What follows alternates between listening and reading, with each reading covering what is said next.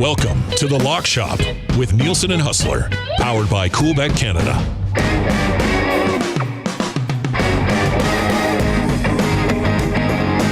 All right, it is 11:02. Welcome to the Lock Shop. Nielson with you. Huss is in Montreal. He's a lucky duck. He's a lucky duck. It's Nielson and P. Greggy with you. I'm coming at you from the Boston Pizza on the corner of Broadmoor and Broadway in Sherwood Park. If you're out in the area and you want to swing by for lunch today, we'll be here for the Lock Shop. We will be here for the oil stream coming up a little bit later on as we also make plans to join us for lunch today. May I suggest the Thai chicken bites? P. Greggy, what's going on, buddy? How you doing, man? Doing great. I'm a little bit sleepy today because you're sleepy. I was staying up all night long watching you guys stream that thing. That was awesome. You guys did a great job. The Lock Shoppers, the WS tiers, the ES tiers, they were the ones that ended up having a really strong showing. I think Huss was the only one that finished inside the money of the on-air talent. It was honestly though, it was an awesome time. Again, I'm obviously here out the East Coast in Toronto, so that would have been late for you then. It was late for me. Yeah, I think I fell asleep at like maybe at 12:20 my time. It was right before the Mountain Dew review went live because I will never forgive myself for not seeing that in real time. But no, it was awesome. It was really good. You guys did an awesome job. I had a lot of fun with it, man, and I have to tell you the stream, that was good. Like it was odd. Like the first tournament was awesome. The second tournament was good. I do have some mad respect for streamers who are trying to focus on the tournament and provide an entertaining stream. I got time counted a couple of times when I had pretty decent hands, and I was furious. Like the one I'm sitting there, I'm sitting there. I had pocket tens. I think. There wasn't a 10 on the board, but there was like a 9 on the board. I had pocket 10s. I was like, wow, this is a pretty good spot to be in. I'm like talking myself through it and then it's like, your hands folded, you took too long. And I was like, oh my God, that happened like 3 times, man. So I gotta get used to that. And then, when I lost, I was frustrated for a little bit, but then I was like, man, I'm gonna buckle in here and ride this thing out. And it was awesome. Like at one point we had 4 tables set up on the stream, which was awesome. We were watching all 4 tables at the same time. And then worked our way down to the final table. Congratulations to, I believe, Spinner 87, who ended up winning it. Penner's Pancakes ended up finishing second. You're right. Huss was the last standing of all the ES tiers and WS tiers. Glue Guy was the highest qualifying or highest finishing Edmonton Sports Talk host. Matthew Awanek did finish 6 spots ahead of me. He said he was basically ready to bail after he knew he was going to be finishing ahead of me. I was in 46th. Tommy Gazzola went out like 4th. He sucks at poker big time. It's pretty clear it's not his thing, but no, man, I thought it was awesome. And we had a bunch of people texting in this morning being like, man, guys, I wasn't in the tournament, but I was watching the chat last night and it's almost got 1,000 views. I mean, people were watching last night. So, but people are just like, I'm in next time. Like even YouTube Trev this morning was like, can I play next time? I was like, of course you can play next time, Trev. So no, I thought it was good. What we have, like 79 total entries when it was all said and done? I think it was 70. I think it was 70 unique players. Okay, and then 9 rebuys. Yeah, 9 rebuys, which I think Debelau might have had 5 or 6 of them alone. I saw at one point he was still alive, but it was like Debelau 4, and I was just like, oh my God, this guy's fully committed. So yeah, it was pretty good. I thoroughly enjoyed it. I like being poker stream guy. I'm not gonna lie. It was a lot of fun. So we'll see how it is moving forward. But thank you very much. 60th BP. Look at this. I'm at Boston Pizza. I got a pin. I got 60th Boston Pizza anniversary pin. I'll throw this on here as we work our way through the show. Yeah, man. I don't know how it really goes much better than it did last night. I thought it was pretty well done. I thought it was a lot of fun last night. The poker platform worked great, and the people who were there really enjoyed themselves. So it was good. Yeah, it was a really good time. It looked like everyone had a good time as well. Again, the stream, I think, adds a different dynamic. So I think next time, whether it's you on one stream, Huss on another stream, or once Huss gets knocked out, or if you get knocked out, you have both of you guys on there. That would be cool. maybe it's Jake and I popping on there as well too. And I don't know, whatever I don't think there's a perfect formula. But for the first stream last night, I thought it was very well done. And just reading the chat was a ton of fun. Yeah, the clock was a bit of an issue. I said last night in the comments that it was like watching Mike McCarthy trying to deal the clock and figure out time management. But that's what you got to do when you're a pro, right? You got to balance everything. It's an eye opener for the real world life of streaming poker. I don't hate it because when I do play in person, I think I do relatively well in person, but I'm also so stressed out because I'm not thinking about anything else. I'm just thinking about, oh my God. And I guess that's how you're supposed to play poker. You're not supposed to play poker while you're like talking to 80 or 90 people and doing this and doing that. Have you had Oreos recently? I tried the Oreo bit last night. And I mean, Oreos have lost their way. I said it earlier today. They are not the Oreo I grew up with. I don't know if it's just because I had this special Coca-Cola Oreo. My wife's a huge Oreo fan. I don't even know if she tried them last night. I was the only disappointing. Well, disappointing was folding kings when I totally had the best hand. I'm an idiot. Oh yeah. But the Oreos were probably the second most disappointing thing about the night. Yeah, you know what? I didn't want to say this, but I think you got to blame everything on the Oreos. The vibes of the night were completely off from the Oreos.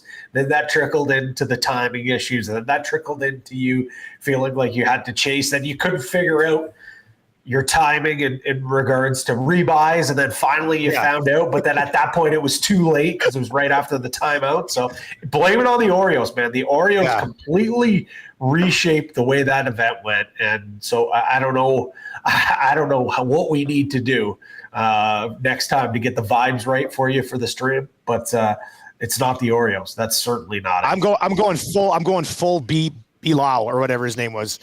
If I have any decent hand, I'm pushing all in. Like I am going to try to bully. I don't care how many times I have to rebuy in, but I'm going to have a stack at the end of that first hour that I can ride and milk for the next 2 or 3 hours and give myself a shot, because I just played way too. Like I was seeing guys flip over hands and I'm like, you played that?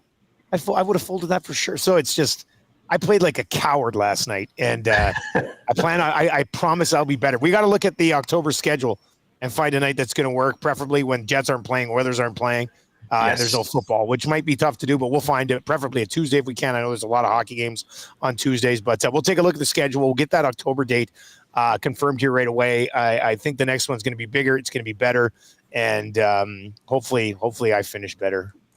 I think me on a final table in this tournament would be maybe some of the most entertaining streaming I've ever done, because I was coming unhinged when there was like 50 people still left in the tournament. So, it's not good.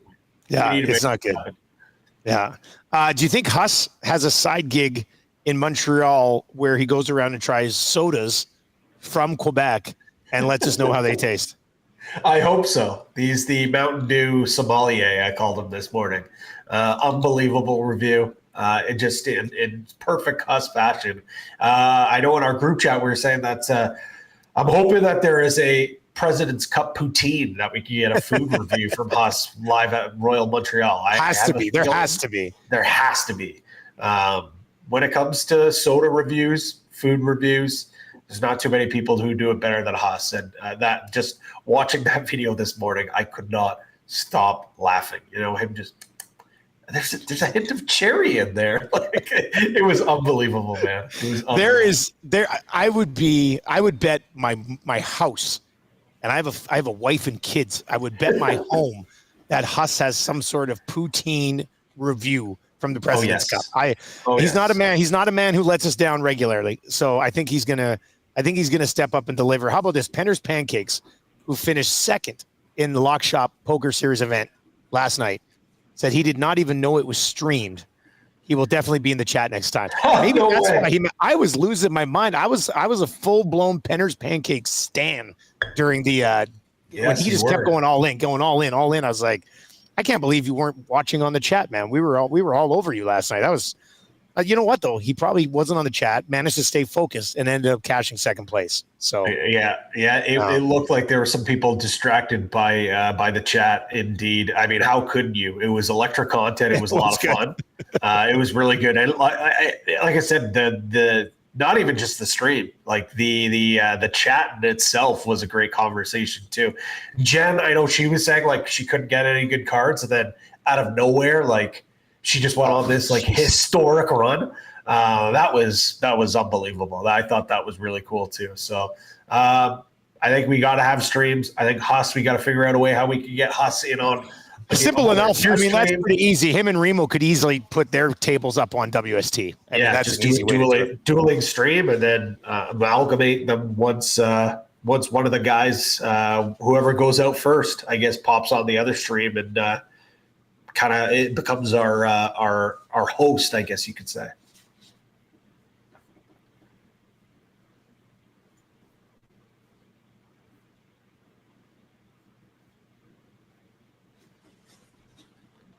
I think I lost your audio there, Dusty.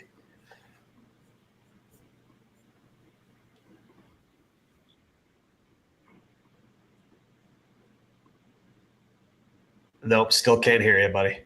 Can you hear me?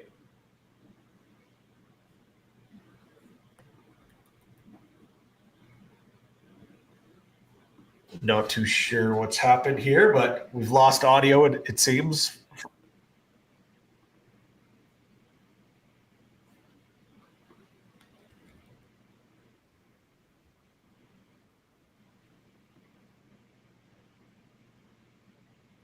Looks like they're going to try to figure some things out here, guys.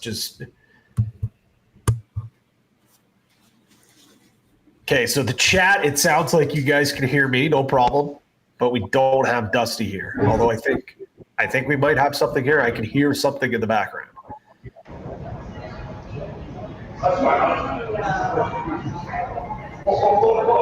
Dusty, you got us? Yeah, I'm back. There we go. We're back. We're very much back. The board just like stopped working. I set it in. I'm back right away. I wasn't sure if it was like you that were out or I was out. Now we know if it happens again, I'll just reset the board quickly. But what did I miss? Did I miss anything? I don't think I missed anything, did I? No, I was just talking about just the chat and how well it went last night. But no, I think we're good to pick up where we left off about the poker tournament. I think, yes, you're right.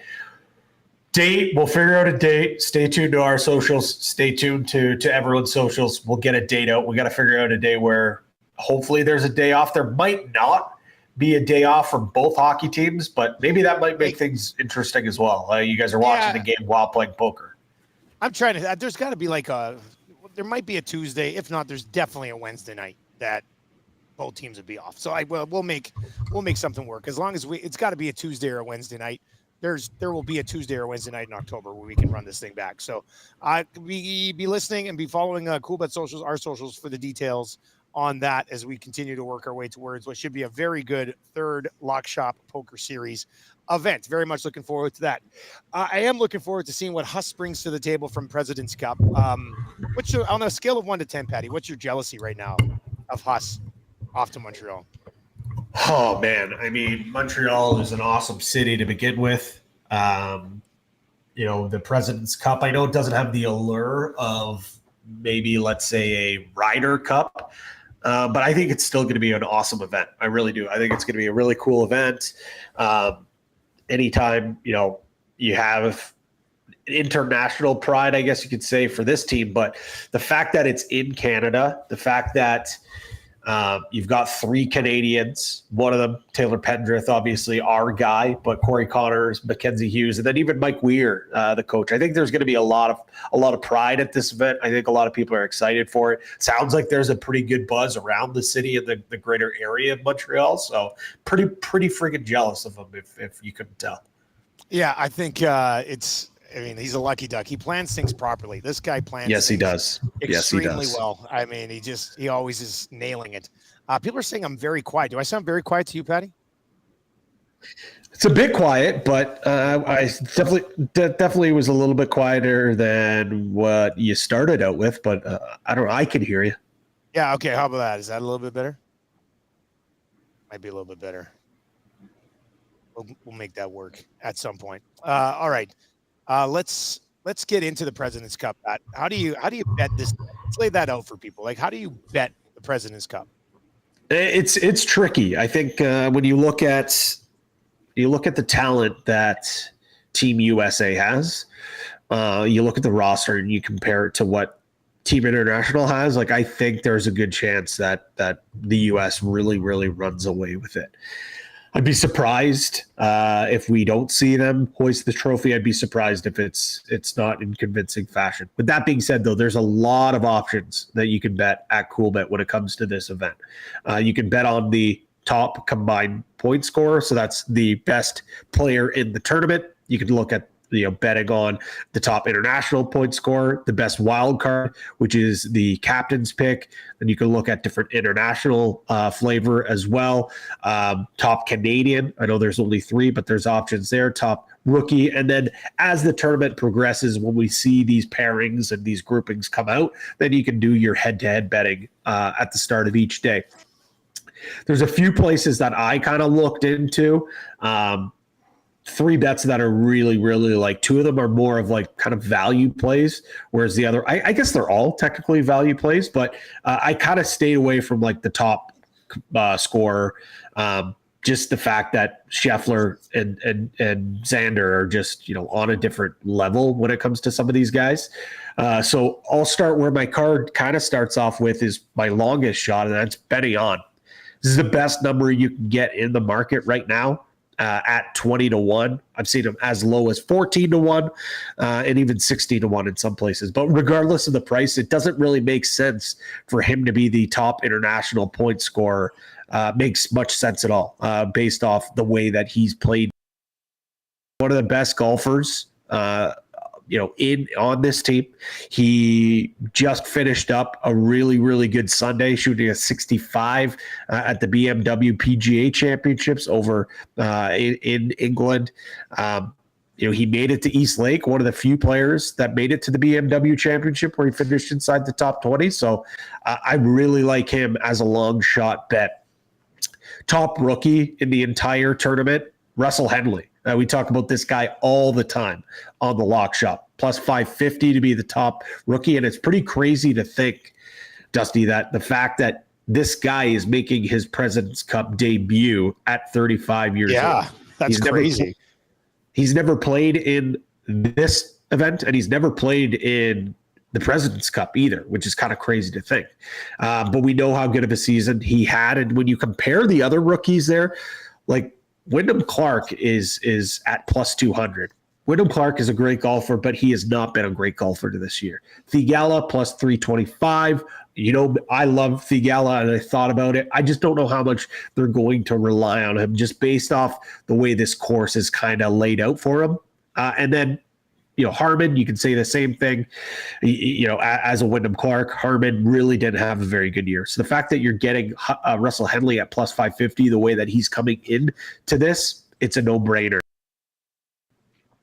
The last one, top Canadian, Taylor Pendrith at plus 200. I'm also going to take him at the top international captain's pick at plus 500. We know Mike Weir is going to lean into the Canadians early and often. I think he's going to want to get a spark from this crowd, from this group, from his Canadians. The other thing we do know about Mike Weir and this international team is that they heavily, heavily rely on analytics and looking at the numbers. When you look at the numbers with Taylor Pendrith, it's hard to argue that he's not one of the best players on this team.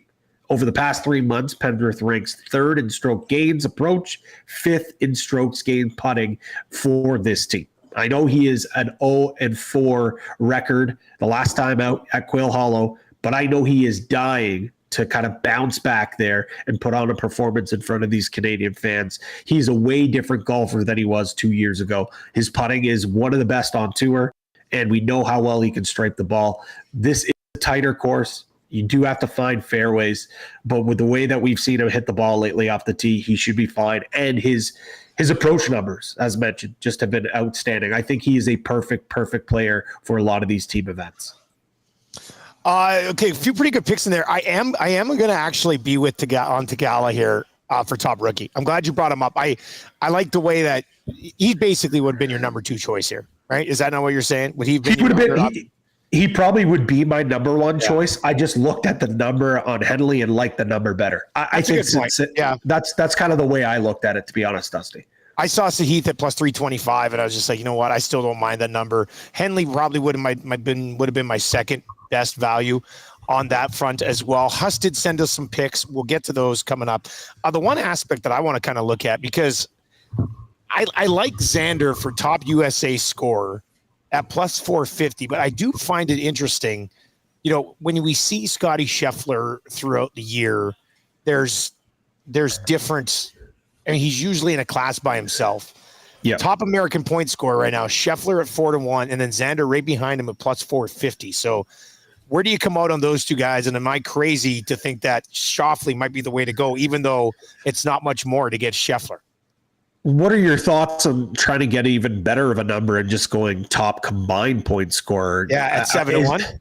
Because I don't want to steer you in this way, and then we see an international player go off and have an unbelievable event.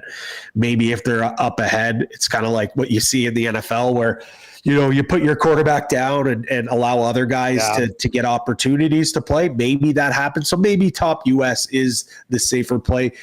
If I had to choose, top 6 guys on top combined scores are the Americans. Exactly. So I think, but I get it. You get a little bit of insurance when you just go with the top US. I agree with you.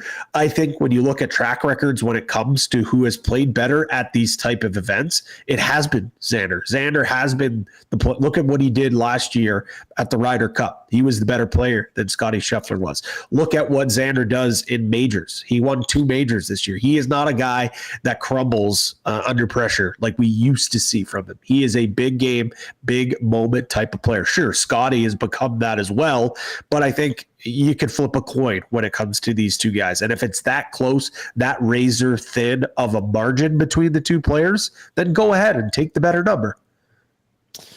All right, here's what Huss sent over. Top international, he's on Tom Kim at plus 750 and Ben on at 20-1. And top points, he is on Xander at 7-1. He's going Corey Connors, top Canadian, at plus 120. Any thoughts on what Huss laid out here, Patty? I really like Huss. I mean, obviously we're aligned with that one bet when it comes to betting on. I do think, like, I know I'm a little more invested in Taylor Pendrith. I do see how he thinks Connors could be that top Canadian golfer. I think, when you look at total resume, when you look at what they've done over the past 2 to 3 to 4 seasons, his track record is better than Pendrith, but I think you could make an argument that Pendrith's season right now has been better. Tom Kim's our guy. I think he is a guy that his breakout season was 2 seasons ago, and then it launched into an unbelievable showing at the President's Cup. So I really like that bet at plus 750. My bet on pick that he has as well, that's more or less just us looking at a number and saying, like, there's no way you can't bet this number. At that number, It's more of the number. So I do like him kind of pairing it up, going with a little bit of a shorter odd, and then going with that long shot to kind of back things up. And he's kind of on the same point with us when it comes to Xander. You and I both like Xander. I think we like the number better than Scotty. Wouldn't be surprised if Scotty does run away with this thing and becomes the top point scorer, but I like the number better on Xander. Man, this would really be the icing on the cake for Scotty Scheffler. It would. To lead this event at points, like after the season he's had, you shouldn't be surprised by it, but I mean, that would be quite something if he pulled that off too. That's the one thing that does scare me, is the fact that this could be that, it's just that hammer home point for him. We know that, that's certainly at play. So, but I don't know. That's why I didn't keep it on my card. That's why I took it away and I didn't bet it. I actually think I'll have to double check, or maybe if Jake's cooking around there, I think the number actually opened up in favor a little bit more for Scotty. Like, I think Scotty was a bit shorter and I think Xander was a bit higher. I think that Xander number has been bet down a little bit. Yeah. I do think so. I might need a fact check there, but I do believe, I think I saw it closer to like maybe 750 or even 800. If let me know if you have anything else on President's Cup, but I do want to ask you this. Obviously, Pendrith being a Coolbet ambassador, how big is this for him at this stage of his career to be a part of what's going on right now in Montreal? It's so massive considering what he went through last year. Like, it was a really, really down year for him. It ends up coming out that, he actually was going through from some serious injuries. Like 2 years ago when he was selected to the President's Cup team, that kind of came out of nowhere. He was really coming into his own. And although Mike Weir wasn't the head coach, he was involved in this team, and they went out, they saw the ability, the fact that he's long off the tee, that he's a guy that's creative around the greens. They saw his skill set and said, okay, this is a guy that could work. He then goes 0-4, doesn't pick up a single point. Him and one of his best friends, his former roommate at Kent State, and Corey Connors, has a bad showing as well. And then goes into next year, a lot of hype around him again. And then again, he's dealing with that shoulder injury. Really, really has a poor season. Comes into this year fully healthy, and look what he's able to do. Not only does he now get another President's Cup nod, in front of, it's not his hometown because he's, from the Toronto area, but still he's going to have family and friends driving up to see him in Montreal. It's such a huge momentum boost for him going forward. But this guy made the Tour Championship this year. This guy secured a major appearance for all 4 majors next year. Like, he has put himself in a top echelon of many golfers. And I know Nick Taylor winning the Canadian Open last year was so big for golf. And I know Corey Connors, one of the most consistent players on tour. You look at a guy like Mac Hughes has won before as well. I think there's a real opportunity going into next year that halfway through this season, we are talking about Taylor Pendrith being the best Canadian golfer on tour, and Taylor Pendrith being the face of Canadian golf alongside, on the women's side with a Brooke Henderson. Yeah, no, I think that's trending in that direction for sure. Before we move on to some NFL stuff, anything else on the President's Cup here, Patty? Well, apparently I'm a liar. Jake says no movement on Xander. So maybe that was just me justifying it because I haven't bet it and I'm a chicken and I'm saying I already missed out on the number. So I swear I could have saw it at plus 750. I guess not. But I think I'm supposed to trust your picks, Pat. We're supposed to. I know, right? I know. I don't know if we want to build a parlay. We could try it. We could do that. Yeah, for sure. Let's do that. That's a fun idea. I think we got to look. Well, we all like Xander. Yeah, Xander's got to be on there. I mean, that's unanimous. I think Xander top. Maybe we go Xander top American scorer. Okay. And then what else did we have some synergy on? I know we had bet on, but I don't think we can throw up 20-1 ticket on top of a parlay. What was one of the other ones that you liked? Trying to pull it up here.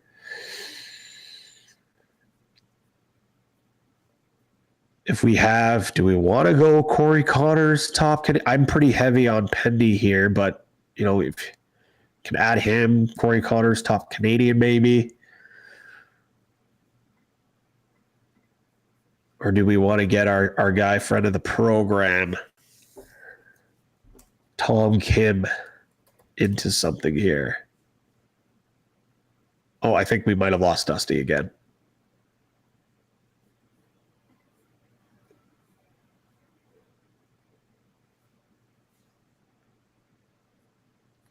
If you can in the chat, maybe let us know if we lost Dusty. I know I can't hear him. Maybe it's me this time.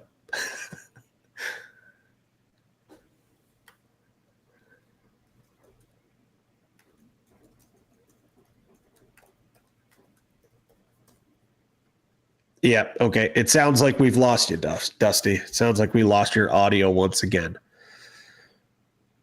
He's going to try to work on it. He was able to get it up last time. So, and yes, hilarious comment by Duck Dad. I don't know if we want to build a parlay. Of course, we want to build a parlay. So we'll get something in there. Maybe while Dusty's trying to figure out that we can put something on. We'll chat offline maybe, and then we'll figure out the parlay. But maybe we could quickly bounce over to the early lines for the NFL. Oh, I think we might have Dustin out. How about that? There we go. Me again, Patty? We got you. Yes, we got you. Sorry, We're good. I don't know why it's like this. No problem. Or don't run for 20 minutes and then kick out. No worries. I was just going to say we were looking at Xander. Yeah, Xander top American. And then we could go. Did you have an international pick by any chance? I can't remember. I did not. I did not have an international pick. What were your picks again? I had Sahith for rookie. For rookie and Xander for top USA scorer. Okay, let's put Sahith in there. Let's go Thigala top rookie. Okay. Did you go top rookie or top American rookie? I went top. We've got Xander top American. We've got Sahith top rookie, and then Huss is on Tom Kim. We could put Tom Kim in there if you wanted. Yeah, I think we should get some Kim in there for sure. Could go. You could go out a little bit of a shorter number. Actually, no. Plus, you know what? Okay. This is gonna be a big number anyway. So, yeah, international top. Yeah. It's gonna be a huge number. So we'll figure it out. Tom Kim, top international point scorer, top U.S. point scorer. We'll go with X-Man, and then top rookie. We could go with Sahith. Okay, perfect. That's gonna be a huge number. It's going to be a gigantic number, but there will definitely be a limit. Yeah. There could be a pretty big number. We'll get a limit on that one. Yeah, we'll get a limit on that one for sure. And I think I'm probably going to put a Greggy's golf special. None of my official picks were in that one, although Xander technically was one of them, but I was a chicken and took it off my card. I'll end up riding with you boys anyways. But so I'll put something together as well. So I'll either have that in the combo cards or take a look at the exclusives. I'll cook something up there as well. And of course, once we find out what the pairings are, each and every day there will be head-to-head odds. I know you, Chaz, was talking about that in the chat. So if you can't really, that's what he likes to play, right? If you can't sweat out the 4-day outright and you need the immediate action, that's where you can take a look. And that's actually where me personally, I agree with you, Chaz, when it's the Ryder Cup. When it's the President's Cup. I love the outrights, don't get me wrong. But what makes it really exhilarating and really fun is the head-to-head matchups. And I think that's why North Americans really love the Ryder Cup and this event as well, is because it reminds them more of like the team aspect of sports in an individual game like golf.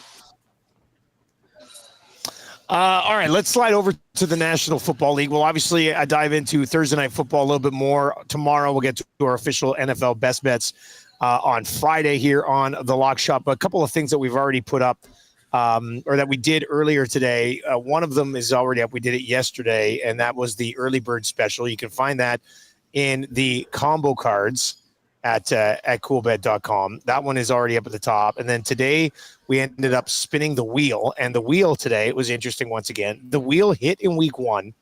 In week 2, the wheel got hosed by the Falcons, not able to finish anything against the Kansas City Chiefs.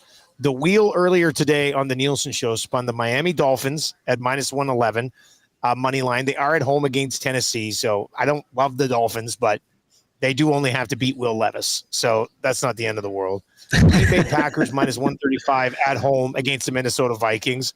I would certainly prefer Jordan Love to be back in that game. I'd feel okay about the minus 135 there. And then the wheel also gave us the Rams plus 2.5 on the road in the Bears, which was also on the early bird special as well. So, Patty, just your thoughts on the wheel this week: the Dolphins, the Packers on the money line, and the Rams plus 2.5 against the Bears. Don't want to step on Rod Z's domain here, but here's a trend for you. And I heard this trend. But is this the Bears at home? Is this the Bears at home trend? No. This trend is the wheel. Okay. Is 1-0 when the music plays. The wheel is 0-1 when the music plays. The music played today, so I'm gonna say, how do you not trust the wheel? The wheel with music is just. So I'm 100% going to be tailing this one for sure.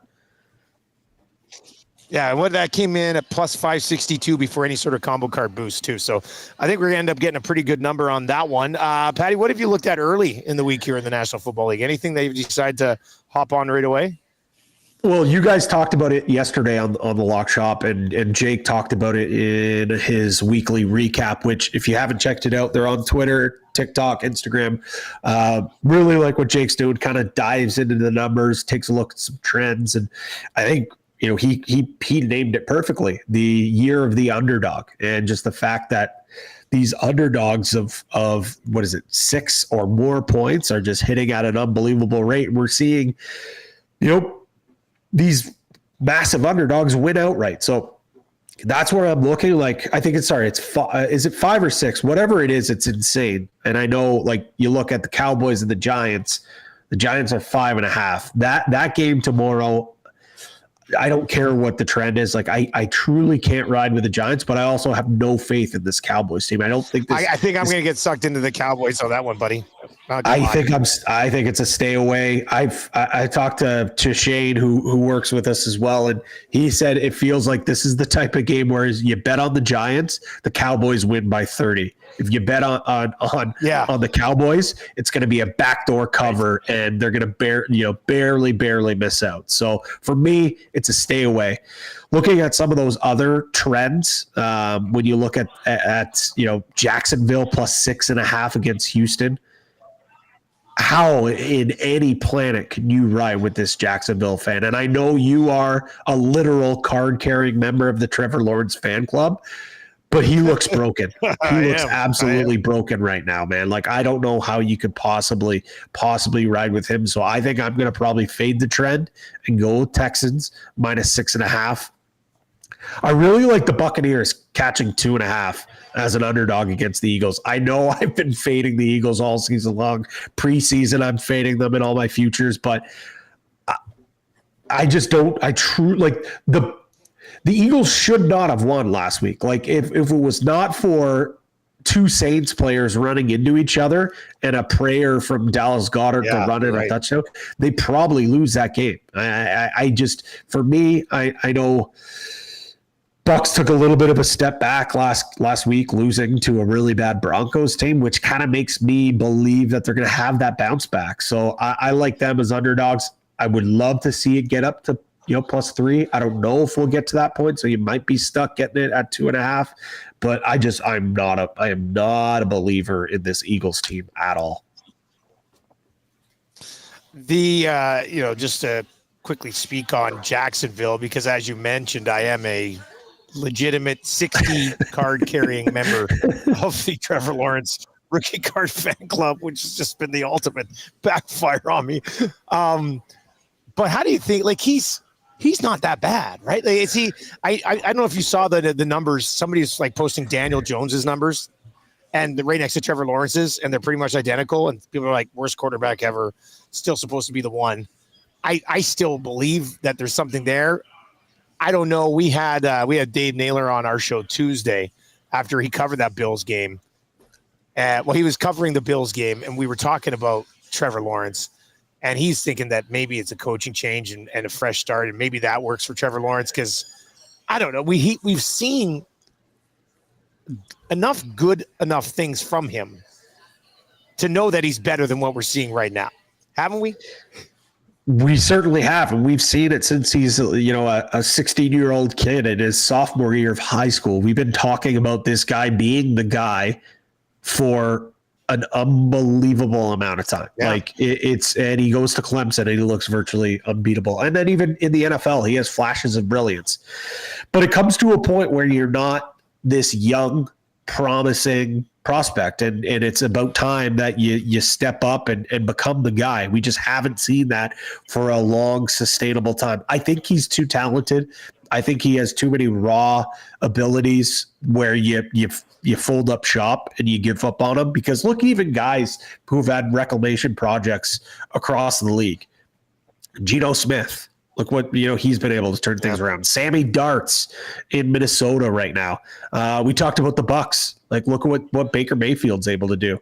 Now, you hope that the ceiling's higher than those guys for these guys, but just goes to show you, if you do give up on a quarterback a little too early, they can come back and at least salvage a career and become a serviceable starter.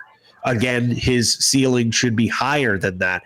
I think one more coaching change. I think you have to give maybe another chance with a new coach, try something new here. But if it doesn't work after that, I think it's time to move on. And maybe he's able to figure it out somewhere else. Maybe it's a change of scenery. Maybe it's a haircut. I called for it last week. I think maybe you go out and you cut the hair. You come out looking clean cut, change things up, change the narrative. Nobody's talking about how bad you're playing. Now they're talking about your haircut and how you look mature, and that Trevor Lawrence is taking things seriously now. There is no way. If I'm Trevor Lawrence, I'm cutting my hair before Doug Peterson is fired. Like if Doug Peterson gets fired and the new coach comes in and you still suck the rest of the way this year, sure, I cut my hair going into next season. But I could, like, you cut your hair, Doug Peterson gets fired, all of a sudden the team's great. And people are going to be like, well, it's because you cut your hair, and you know deep down inside it's not because you cut your hair. So, I mean, I would not touch those luscious locks, man, for the life of me. But yeah, it's interesting to see what ends up happening. It's like, he's still only 24. I know. He was thrust into a starter's role when he was like, 21? So he turns 25 this year. So he's getting into that point where it's like, you're right. He's not a young guy anymore. I think he's maybe not there right now, but he would be there this time next year. So a huge year still to come for him, and some help maybe from the rest of that team as well. But I mean, you do make a good point with the Geno Smiths, and Sam Darnold's probably the best example right now of what's going on as far as getting a quarterback into a good spot with a good coordinator, a good coach, and actually have some solid players around you.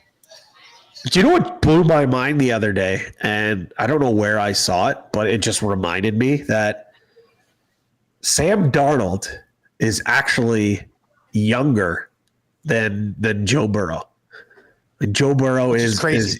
Which is nuts. Joe Burrow had 900 years in college because he transferred from Ohio State to LSU, but it's crazy. Like, it's nuts.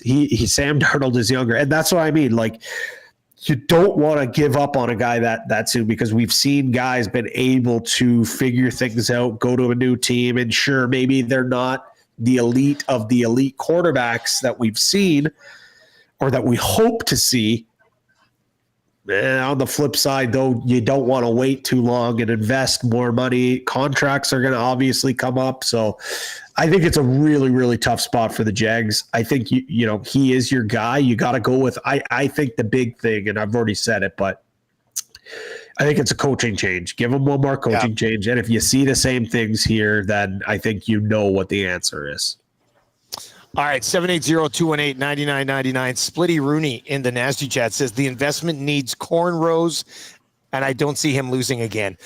As opposed to the haircut, maybe cornrows is the way to go. Maybe cornrows is the way to go. I got time for the cornrows on Trevor Lawrence. We'll see how that works out. Huge Thursday night football. Hey, how you doing? Good to see you. Thanks for coming out. Huge Thursday night football preview, obviously tomorrow. CFL preview tomorrow.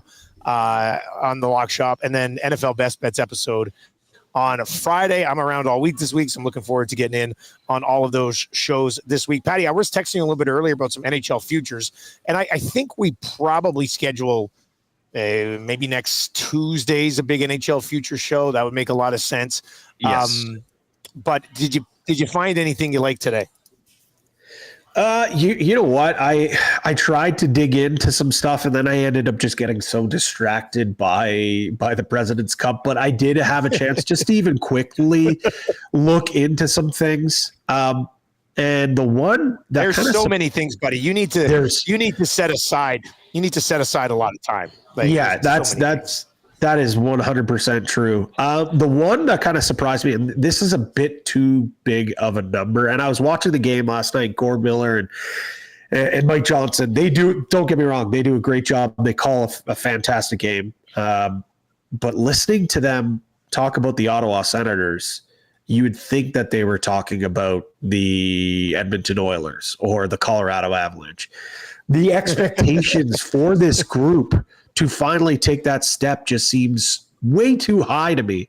I don't understand it. There's uncertainty in between the pipes.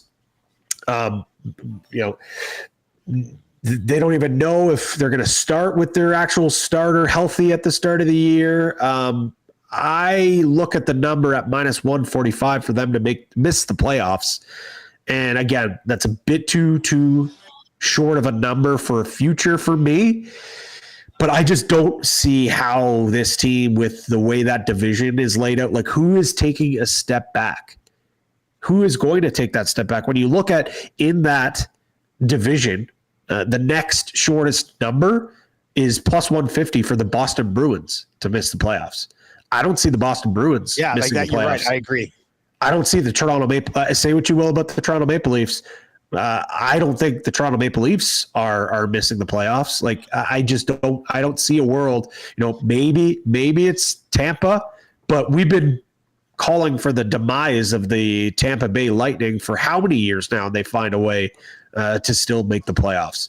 I just don't. I look at this Ottawa group.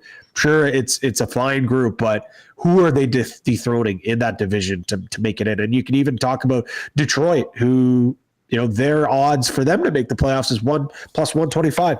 I'd be more inclined to say that Detroit has a way to jump one of these other teams rather than the Ottawa Senators. I'm not going to, because same argument that you make for Ottawa for them to try to. I just think the division's too strong for them to find a way to get in. And when you look at that other division in the East, that's been a wild card haven. Those are the teams that find a way to get into the wild card. So for me, I just don't see it happening. Minus 145 might be a bit too short for some folks to digest. So maybe I'll build the combo card or a future bet. I was just gonna say, why don't we let's just say if we want to do like a miss the playoffs combo card that we put together here, like Senators minus 145. I think Philly. I know they had that fun little run last year, but I don't see Philly making the playoffs this year. They're minus 250. The Flames are minus 556. We could easily throw that in somewhere because they're not making the postseason. No. So I'm kind of open to those three teams. If we could get a number on that with a combo card, I think that'd be kind of fun just to see what the number is. Yeah. So it would be what? Philly, Sens, and Flames? Philly, Sens, and Flames. Yeah. Okay. I could see I could see what that number would look like for sure. If we need another, like if I come back to you, it probably have to be when we're offline here and the number is maybe not good enough. Is there another team you would want? I'm looking at Buffalo at minus 250 again. There's so many people. I know they're so high on them, but who are you taking out in that division? I just don't see it. It's the same thing every year. It's like, this is your Ottawa takes. And just quickly on the Senators, like I look at Ottawa and I don't know, like, why is Travis Green going to be the guy who leads them to the playoffs? Yeah, I'm trying to figure this out. Like his time in Vancouver, missed playoffs, lost in the second round of the shortened season, I think, or the year before the shortened season, missed playoffs again, then was fired, then took over New Jersey briefly, was not good. He was at the Spengler Cup one year. That team was an absolute train wreck. Like he won in Portland, and Portland had all the advantages in the world, from a Western Hockey League perspective, and hasn't done anything since 2013. It's just I don't understand why. I understand the goalie, like if Olmark said, like I get that, I understand that, but he started the year hurt. They haven't even I don't even know if he's been on the ice yet. Like there's this mystery injury that they're not reporting. Josh Norris, he just went under surgery again. Like they don't know if he's possibly even going to be back. And just even looking at their lineup, Brady Tkachuk, Tim Stützle, and Claude Giroux. Fine first line, okay? Claude Giroux's on the on the wrong side of 30 though. But then your second line, you're looking at Josh Norris, Shane Pinto, and Drake Batherson. Sure, Drake Batherson's a nice fantasy hockey player, but like, is that and then David Perron, Ridley Gregg, Nick Cousins on your third line, Noah Gregor, Stephen Halliday, and Michael Amadio on your fourth line? Like, that's not a playoff team. I'm sorry, that is not a playoff team. You're putting way too much stock in Linus Ullmark taking this team and bringing them to the next level. Chris G in the chat says that Ullmark said he's 100% and was on the ice today. So we'll see, but there's obviously something that was I don't know what's going on there, but I'm with you. I'm with you on Ottawa. Like I'm done thinking Ottawa and Buffalo take the next step until they actually show us they take the next step. So 100%. Ottawa, Buffalo, Philly, Calgary. I mean, those would be four that I look at. The same, like Buffalo has the same number as Utah. I don't think there's some sort of mystery run there too. So if we want to throw Utah in instead of Buffalo, I'd totally be okay with that too. But that's something we can look at. Yeah, let's try these three teams. I think we're going to get a decent number on it, but for whatever reason, if it doesn't look like a good number, then we'll change something up for sure. But I like it. I like it a lot. Those are teams that I have no problem fading. It's the team. Well, I mean, the Flames. There's not a ton of hype around, but with the Flyers and the Sens, like. I can't listen to this is the year anymore. I can't. I really can't. So. Mitchkov is going to be really good. Don't get me wrong. He's going to be a lot of fun to watch. It's going to be good. It's going to be good, yeah. But the team's not going to pass. How's that going to go with Tortorella for a year? You know, it just doesn't make any sense. Oh, yeah. That's the other thing I wanted to get to before we that's going to be funny. The other thing I want to get to before we wrap today, we were talking about when the next poker tournament is. I don't know if you saw that guy threw some dates up when the Oilers and Jets. Here we go. Cowboy. This is actually crazy. 3 Tuesdays in October have no Oilers or Jets, which I don't believe. I mean, anyway. Wow. October 29th, which is just over a month away. October 29th is October 29th would work. I think that would work. If we want to start building towards an October 29th Halloween special, I'll dress up. On the stream. I've got a killer Halloween costume this year, buddy. I'm not a Halloween costume that we're gonna have on the Nielsen. If you get it, you're gonna be like, "That's amazing." So I can't wait. I was thinking the 22nd, but I hadn't looked at the schedule. But 29th sounds great. If we can confirm both teams aren't playing, and the fact that you're going to be in a costume, and if we can get Huss on the WST stream in a costume, we got to make that happen.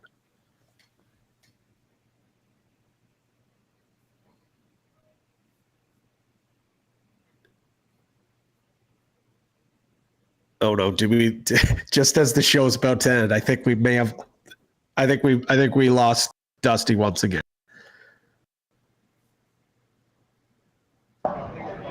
We're back. We hear him now. We're good.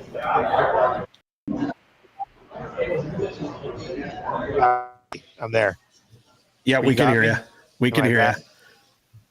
Okay, good. I had to get this in before we wrap. If we do, so October 29th does work. I was just looking at October 22nd.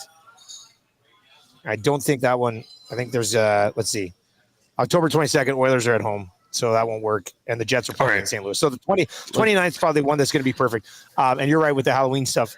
But you know who Huss has to go? If he's going to dress up for this thing, he has to go as that Jackson Jaguars fan who I tweeted out that kind of looked like him, and he had like the hair and the bandana. Yes. That's who Huss has to go as for the Halloween poker stream. Like he just has to. I mean, that would be legendary.